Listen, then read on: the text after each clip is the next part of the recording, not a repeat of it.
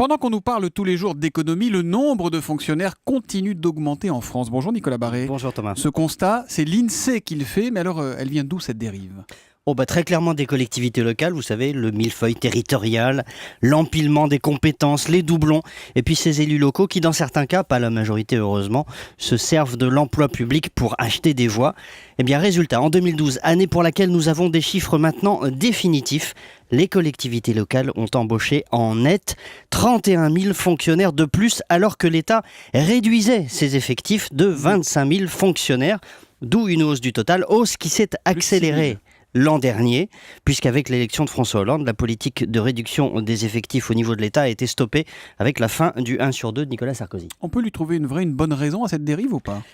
Alors, il y a deux raisons. D'abord, il y a une faiblesse politique, mauvaise gestion. Aucun nouveau transfert de compétences, il faut le dire, ne justifie l'augmentation des effectifs des collectivités locales. Au contraire, les regroupements de communes et bientôt peut-être de régions devraient les faire baisser fortement. Il serait bon ici d'appliquer les méthodes du privé. Et puis deux, il faudrait augmenter le temps de travail dans le secteur public car la productivité est trop faible. Alors on s'apercevrait que l'on peut être plus efficace avec moins de monde. Bon, ça c'est sur le papier en théorie, mais dans la vraie vie, Nicolas, est-ce que c'est vraiment possible, réalisable ? Oui, là encore, les chiffres sont implacables. L'emploi public, c'est 22,5% de l'emploi total en France, contre 15% en moyenne dans les pays de l'OCDE. La France compte 90 agents publics pour 1000 habitants.